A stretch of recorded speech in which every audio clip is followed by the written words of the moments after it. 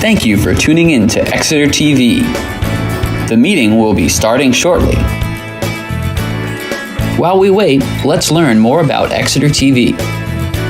Exeter TV is the town's public and government access channels, available on Comcast channels 98 and 22. Channel 98 is your channel. If you have an idea for a program, want to host your own talk show, or submit a film, we're here to get your content on television. On Channel 22, we bring you live and replay coverage of government meetings and other town updates. A third channel, Blue Hawk Media, is operated by SAU 16 and can be found on Channel 13, with all your school sports, events, and meetings. You can watch Exeter TV online at exeternh.tv, Apple TV, and on Roku. Find us on social media for extra content. Subscribe to our YouTube channel and hit the bell to get notified about live streams and new content. Tune in to our platforms every other Friday to watch the Exeter Biweekly Report with recaps of recent events, updates from town departments, and messages from nonprofits in your area. If you head to our website, exeternh.tv, we invite you to sign up to our newsletter to receive monthly updates about new content, upcoming meetings, and more. We'd like to thank you for taking the time to watch Exeter TV and hope that you tune in to our other content as well.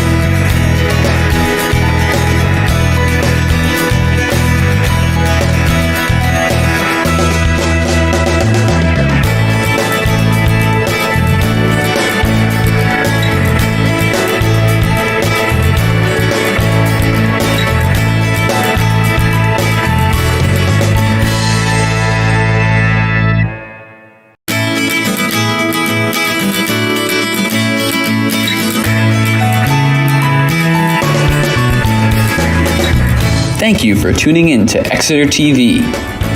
The meeting will be starting shortly. While we wait, let's learn more about Exeter TV. Exeter TV is the town's public and government access channels, available on Comcast channels 98 and 22.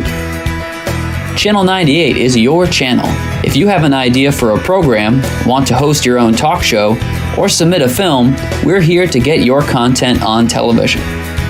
On Channel 22, we bring you live and replay coverage of government meetings and other town updates. A third channel, Blue Hawk Media, is operated by SAU 16 and can be found on Channel 13, with all your school sports, events, and meetings. You can watch Exeter TV online at exeternh.tv, Apple TV, and on Roku. Find us on social media for extra content. Subscribe to our YouTube channel and hit the bell to get notified about live streams and new content. Tune in to our platforms every other Friday to watch the Exeter Biweekly Report, with recaps of recent events, updates from town departments, and messages from nonprofits in your area. If you head to our website, exeternh.tv, we invite you to sign up to our newsletter to receive monthly updates about new content, upcoming meetings, and more. Okay. Maybe you should sit here. You want me to sit there? Okay. I got to move my computer over there. Look.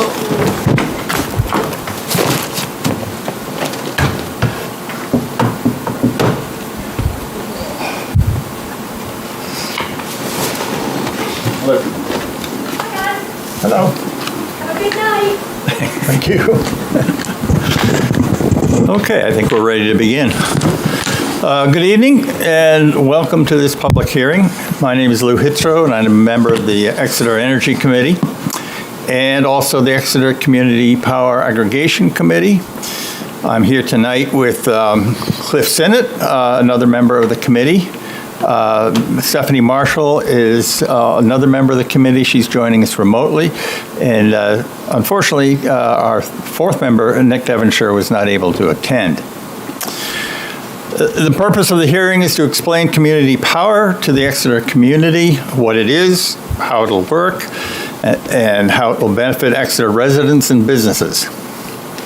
Simply put, community power programs allow New Hampshire towns, either alone or in aggregation with other towns, to purchase electricity for their residents and businesses directly from electricity suppliers. A task that up until now has been performed by Unitil, the utility that supplies power to Exeter.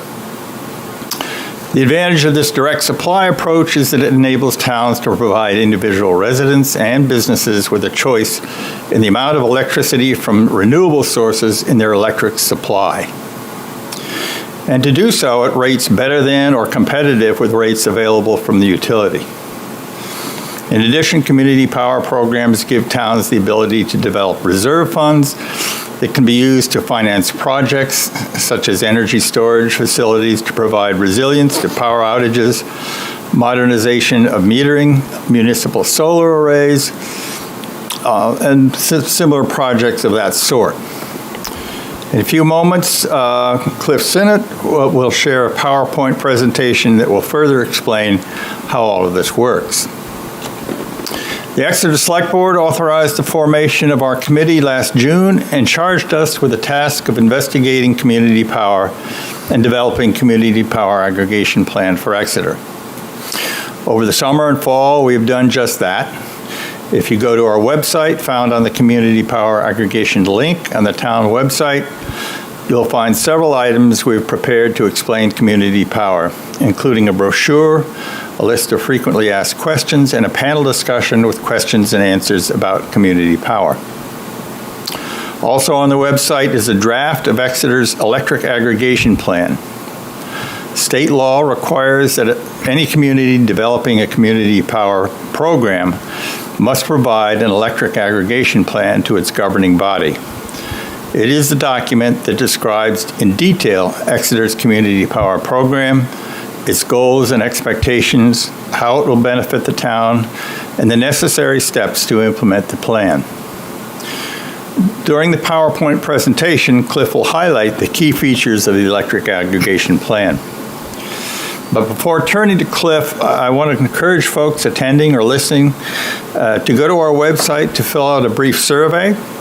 The results of the survey will help us to understand the sort of information we need to supply to better inform Exeter about community power, and also to help us tailor electric supply options that best fit Exeter's needs. So I hope you'll take the time to go to the website and fill out that survey. And now let me turn it over to Cliff and the PowerPoint presentation.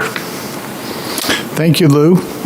As Lou said, my name is Cliff Sinnott. I'm a member of both the Energy Committee and the Electric Aggregation Committee for Exeter. I also wanted to mention before we get started that Henry Herndon is here. He is representing the Community Power Coalition of New Hampshire, and they've been extremely helpful to us as we have developed our electric aggregation plan and prepared for various things related to community power, and especially in terms of our understanding. So thank you, Henry. What I intended to do tonight, if you take a look at the agenda that's should be showing up on your screens now, Lou has already handled the introductions. Also spoken quite a bit about community power. I'll have a little bit more to say about that to get into a little more depth. And then we'll talk about the steps that we've taken to develop a community power program in Exeter. Then we'll review some basics of what the draft aggregation plan has in it and what it says. We'll talk about what our next steps are. And then we'll open it up to see if anybody has any questions or comments that we'd like to entertain as part of the public hearing. So a recap of what community power is, as Lou was just explaining. It's a program that allows municipalities to purchase energy supply on behalf of the customers in their communities, not just residences, but also businesses and industrial companies as well.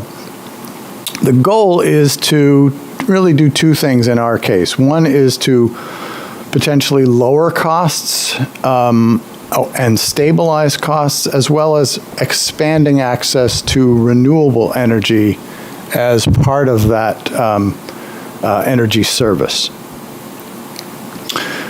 Community power was enabled in our state quite a long time ago, back in the 1990s. It went along with the electric deregulation that was happening then. And if you might recall, the point of deregulation was to separate power generation from distribution.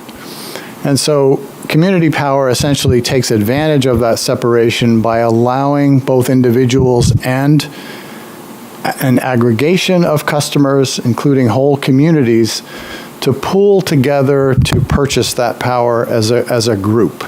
So you might think of it as a buying cooperative.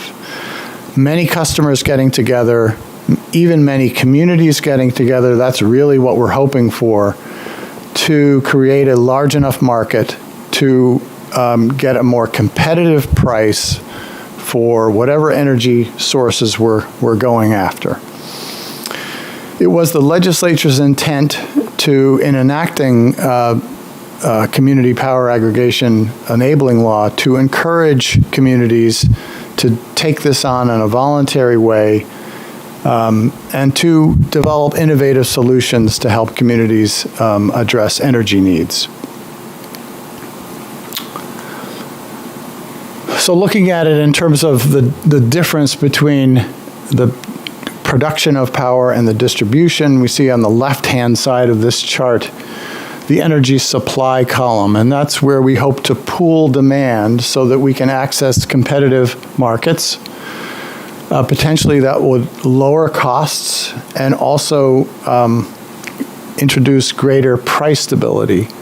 And those of us who are currently paying the default rate for Unitil know, and many other utilities around the country know, that we are in a period of sort of price instability for electric energy. And because Unitil by law, or other utilities by law, can only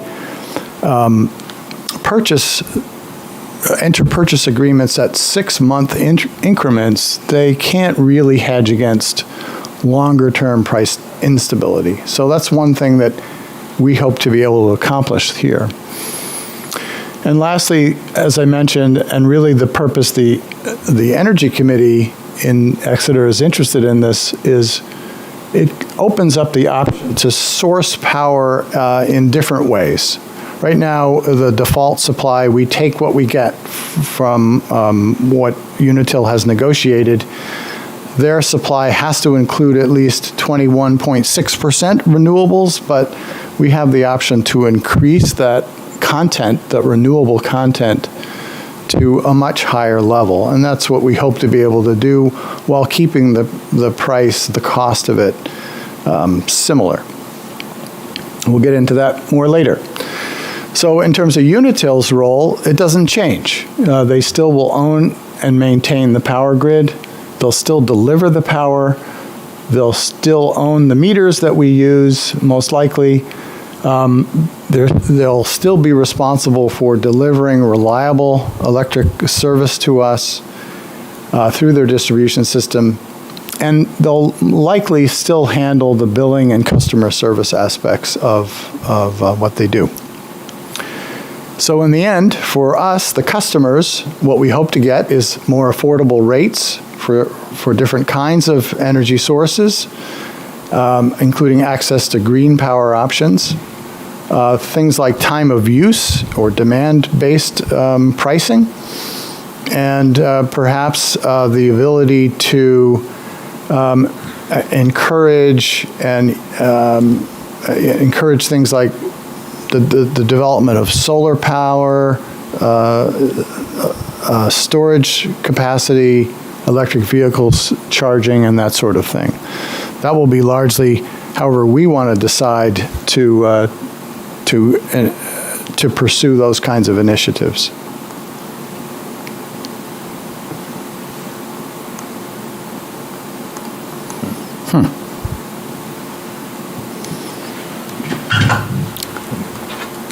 I seem to have lost my clicker.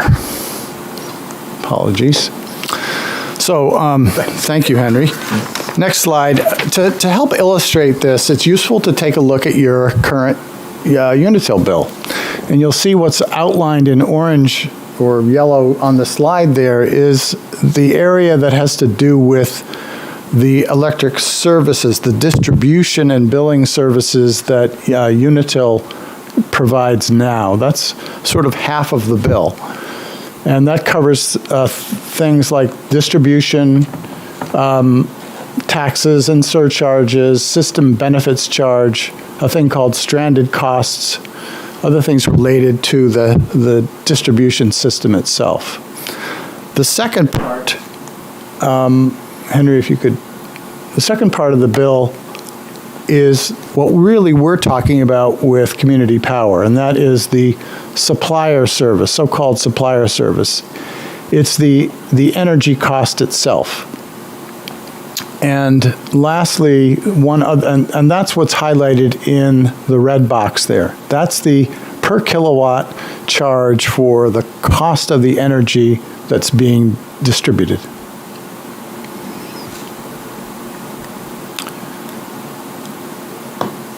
One last thing about some of the background here. Even today, customers can, even without community power, individual customers can purchase power in the competitive market, and many do. According to a recent Unitil PUC filing, about 8% of the residential customers in Exeter, or not in Exeter, in Unitil's service area, we presume that would be similar in Exeter, currently use a competitive supplier. About a quarter of Unitil's regular commercial and industrial customers use a competitive supplier, and about 77% of the large industrial users and institutional users in their system use a competitive supplier. And overall, about 40% of the energy that Unitil delivers comes from a competitive supplier. So as you can see, this is not wholly new. This separation of power generation and distribution has been taken advantage of by particularly the larger users of energy to control their costs. And Exeter itself, the town of Exeter, is a good example of that. For more than 10 years, the town has participated in municipal aggregation and has purchased power through an energy broker. The town's current energy cost is less than half of what it would have been under the new energy cost default rate that went into effect on December 1st. So some key points before we leave. What is community power? One is it pertains only to the purchase of electricity supply, not to how it's delivered. Unitil will continue to deliver electricity and to own and operate the local distribution system. Community power provides community choice, allows us as a community to choose among power sources, and enables the cooperative purchase of energy using other communities or combining our demand with other communities to get better rates, improve stability, and increase renewable content. And lastly, important to point out that participation in this community power is voluntary. Customers receiving the default supply will be automatically enrolled unless they opt out, but they can opt out anytime thereafter. They can also opt out even before it begins. So here are the steps under the law to set up community power in New Hampshire. First, a select board forms an electric aggregation committee. That's been done. That's what Lou and I and Nick and Stephanie are part of, the electric aggregation committee. The aggregation committee itself drafts a community power aggregation plan. That's what we've done, and that's what we're here at this hearing to present and take comments about. And that's number 3. Fourth, we deliver this to the select board, and they decide whether or not to submit this aggregation plan and the program that goes with it to town meeting, and that we hope will happen this March. And if the town meeting adopts it, and we're ready to launch the program, we will begin that process by mailing a notification, once we've begun, mailing a notification to affected customers, giving them a 30-day notice about what the new rate would be under community power, and giving them clear options for opting out if they choose to. A public information meeting is held during that 30-day period to give ample opportunity for people to understand what community power is. And as I said, communities are afforded the right to opt out anytime within that 30-day notification of rates, after the notification of rates. This is a quick look at the timeline that we've been engaged in on stepping through those required steps, and we're at the public informational meetings component, about halfway, a little more than halfway down that list. And you can see we've got the select board, we've already presented it to them. They need to hear from us again about whether we as a committee recommend this, and we wanted to hold off on that until after the public hearings were complete. And then we'll be presented at town meeting if they agree to move it forward before implementation. So some pieces of the plan itself. It has 11 sections. We're not going to cover all of those, fortunately. Just to hit on a few of them, especially how it's going to be implemented in our community, how it's going to be organized, and how customers can participate. We'll also, in the plan, there's also a significant section talking about what the purpose and the goals of why we're doing this, how it's going to be operated and funded, what kinds of products we intend to offer. There's a little bit in there now about inventory of customer demand, and we'll get more detail on that as we approach implementation. And we talk about how we're going to interact with Community Power Coalition of New Hampshire, how we'll handle net metering for people that generate their own renewable power, and what the public input process has been. Some important things about how we have structured this program that are really important to hear about and understand. One is we are designing this to function on an opt-out basis. That was one of the changes that was made in the law in 2019 that has made community power in New Hampshire more viable. What that essentially means is that once we adopt this program and begin it and launch it,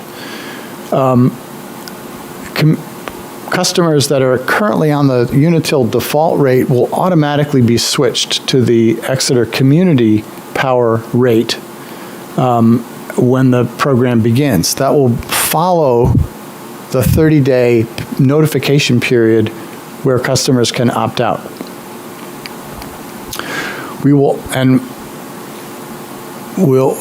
I will refer back to that in a minute when we get to the end of this slide, but there's an important tie-in with a decision about when we would decide to launch this. Our intention is to offer renewable energy rate tiers and service options above and beyond what you can now avail yourself to under the Unitil default rate. Essentially, that means we want to seek out energy supplies that have higher renewable content. We intend to operate this on a competitive basis, meaning that customers switched into the Exeter Community Power Program default supply will be able to switch back to either Unitil or another competitive supplier, basically at any point in the monthly billing cycle, when the monthly billing cycle is through, without any sort of penalty. The program will be self-funded by rates paid by the participating customers. That's a requirement under the law. The town will not use taxes to cover program expenses. The participants will pay for the program through the rates they pay for the power. The town will contract for services. We're not experts in navigating the energy markets by any means, but there are companies and services and organizations out there that are, and our intention is to contract out for power supply and the implementation to operate the program. We hope to do that through Community Power Coalition of New Hampshire, and if not through them, then through a community power consultant. Either way, this will minimize the impact on staff. We don't intend to create any sort of demand on existing town staff that would require any new employees in town. And lastly, and this is important because it ties into the first issue about being designed as an opt-out program, we don't intend to launch this program unless the new default energy rate that we're able to negotiate is at or lower than the existing Unitil default rate. We can skip over this one. I'm going to speak to the organizational structure through this diagram. Basically, there are a number of players in this in a community power program as they're typically set up. First, if you look over to the right, town meeting approval is really the overall sort of authorizing authority here. And as I said before, March town meeting is when we hope to get that authority. that will give the select board the authority to essentially launch the program. And that would be done on a practical basis through the town manager's office, either the town manager or designee. But essentially, that work would be delegated to a community power consultant or service provider. That would be something that would be obtained through the town's usual bidding process, and we would be seeking the services that would help us create and run this program. That consultant would interact with potentially with municipal energy aggregators if more than our community were to pool their demand, as well as energy suppliers themselves. As I mentioned before, what our expectation is that that function would be handled by the Community Power Coalition of New Hampshire, both that function and the aggregation function itself. But not necessarily. It depends on our process for bidding those services. I mentioned before about the notification. This is a critical element, and it's quite clear in the law the way this is spelled out. 30 days before the launch of the program, all customers would be mailed notification that would include an initial default rate, so they'd be able to see what the rate is going to be under the Exeter Community Power Service and compare that to what the rate is under Unitil. Customers currently on the default service would be able to decline participation in Exeter Community Power or opt out, so-called. They can do that by returning a postcard, by getting onto an online portal, or by calling a customer service number. That's how we envision it. If a customer is already getting their own power from a competitive supplier, then they don't have to do anything. They will not be switched to the new default Exeter Community Power rate. New utility customers that come into town after the fact would get similar opt-out notices, and unless they respond, they would automatically be joined into the Exeter Community Power.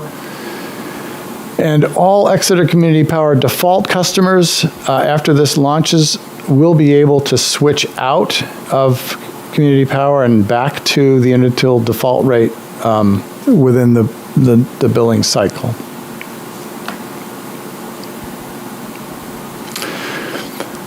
A quick thing on how this is funded. As I mentioned before, it's only those customers who participate in this that are responsible for the cost. So the cost cannot be paid by anyone not participating in the program. It's funded primarily through the electric service agreement negotiated with the community power consultant and paid through a kilowatt-hour fee, the same way we pay now for Unitil's default service. That second part of the bill that we looked at before. That rate pays for three things: the cost of energy itself, the cost of those services that we're going to contract out for, and the cost of a reserve account. The reserve account is established to counter energy price fluctuations as to function as program collateral, which is needed when we bid for energy supplies, and to fund future energy projects and initiatives that the town may want to engage in the future. The program will be operated through a contract service provider, as I mentioned before, and minimal impact on staff. What we hope is to offer at least 3 tiers of service through Exeter Community Power. One would be the default service. That's the column in blue. And that's roughly similar to what the Unitil default service would be. by our standards, it would meet or exceed, it would have to at least meet the renewable content of Unitil's default. That's the law at the moment. Under the RPS law, it has to be 21.6% renewable.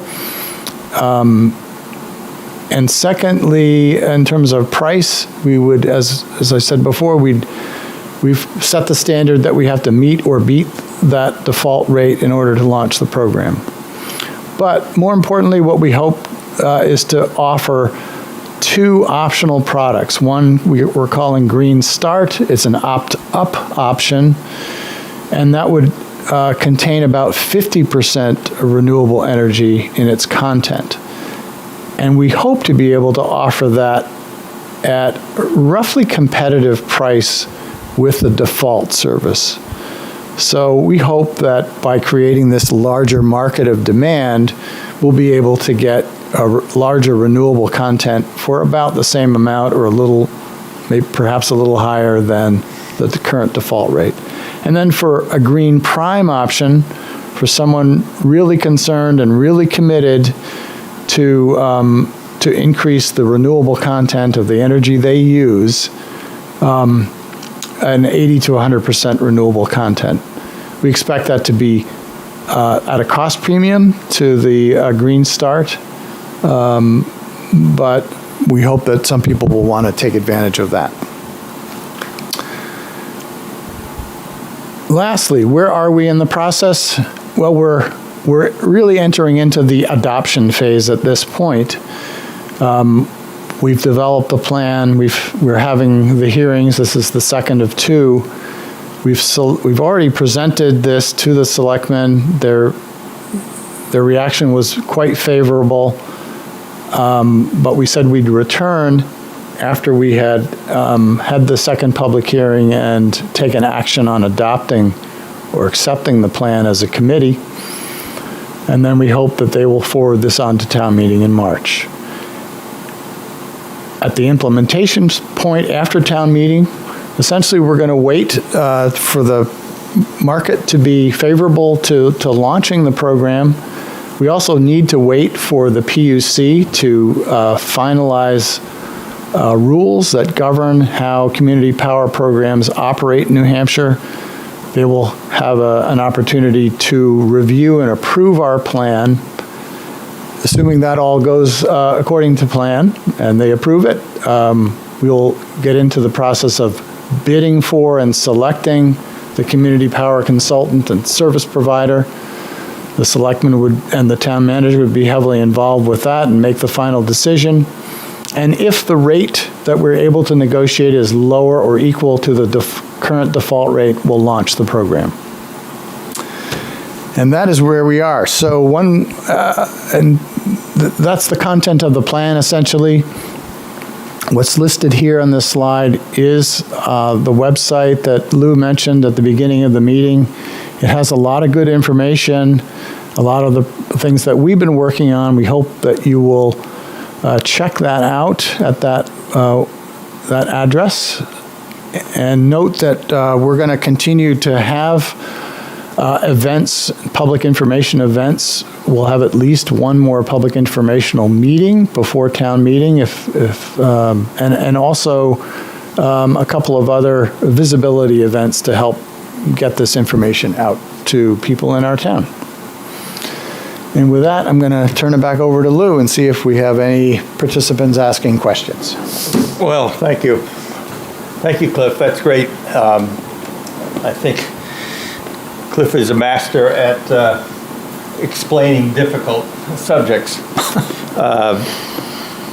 One thing I would add, I probably should have mentioned it earlier, Exeter is not alone in this process. There are now many communities in New Hampshire that are pursuing community power plans in the 20s now, I think. Is that right, Henry? Towns in New Hampshire that are involved in community power development. So the floor is open for any questions or comments. I don't see anybody yet, but maybe they will come.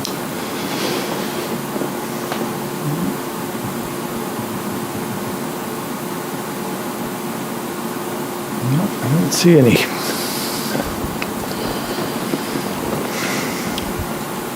We'll wait a minute or two. Yeah.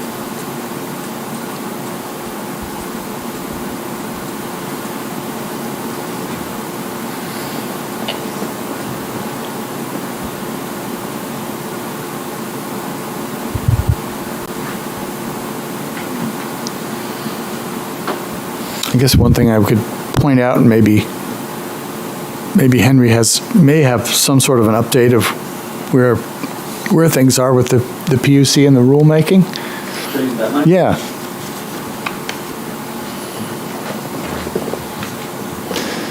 And I wanted to actually comment on that.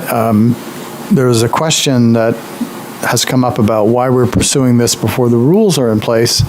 Well, the reason is that because we're a town, we only get one crack a year at deciding whether to approve this, since town meeting vote is required. And expect that the rules will come along relatively soon. We don't want to wait an entire year before this begins. This is an opportune time for us to start this. Yes, the Public Utilities Commission has to create regulatory rules in order for programs to move forward, and that process has begun through a Department of Energy filing of draft rules, as well as a filing by public stakeholders led by Community Power Coalition of New Hampshire and joined by the cities of Keene and Claremont and a number of private firms and other actors in the space petitioning to put forward rules, and hopefully that process will unfold over the coming months and be ready for a 2022 launch of programs. Thank you, Henry. Do you have a sense that this is going to be a very long process, or at all? I think the range of possibilities, I'm not sure if this microphone is working, but it is. Okay. Would be the best case scenario, rules would be finished late spring, May perhaps, and then it's possible that the process could drag on through the end of the summer to August.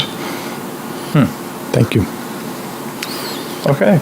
One other thing that came up at the selectmen's meeting when we presented it is that once the town meeting adopts this, there is a separate decision that the selectmen would take on about when to launch it.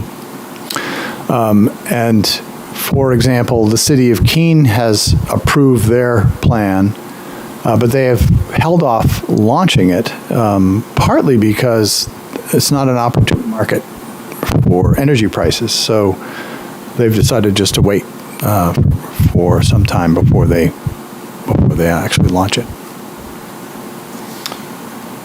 Okay. I still see no attendees, so I think perhaps we should call it a day. Okay. All right. Okay, we are through, I think. Thank you.